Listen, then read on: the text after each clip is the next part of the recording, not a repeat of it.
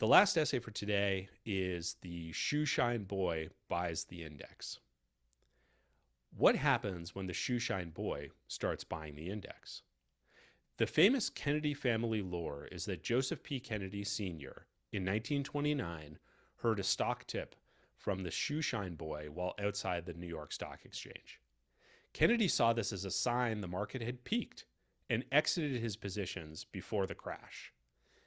Someone who shouldn't be in the market was buying, so Kennedy got worried when that somebody didn't have more to invest in the market. Index funds didn't exist in 1929, so the at least somewhat informed shoeshine boy touted specific stocks. Before the Great Recession, index investing was around 15% of all mutual funds.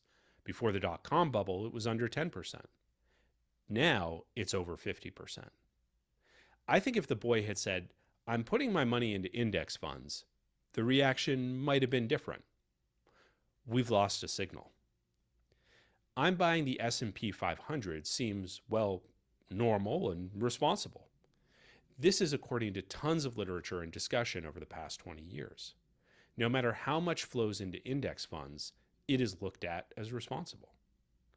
In a market where you could buy zero-day options or speculate on prediction markets or trade crypto pumps, there is no more indicator of irrational exuberance in an index. We've seen stories like this around a lot of IPO events before.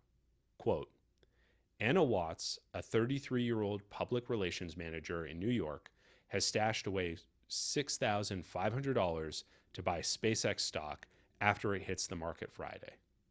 If she had her way, she'd buy even more. She tried to borrow $5,000 from her best friend and applied for a bank loan too, but both turned her away. End quote. It would be easy to think that Anna is a modern day shoeshine gal, but she's far from it. She's earning at a prime investing age. Content related to finance for her has exploded on YouTube, TikTok, and Instagram. She isn't going anywhere.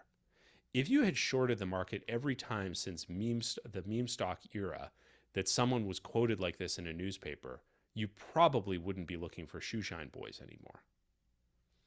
Is it possible that the content and the speculation options that are available now have actually sublimated the speculation away from the market? Did those who persistently hounded to get into the private allocations and SPVs of Anthropic and OpenAI actually obviate some of that pent-up demand that might have flowed into public equities? By size, none of it matters.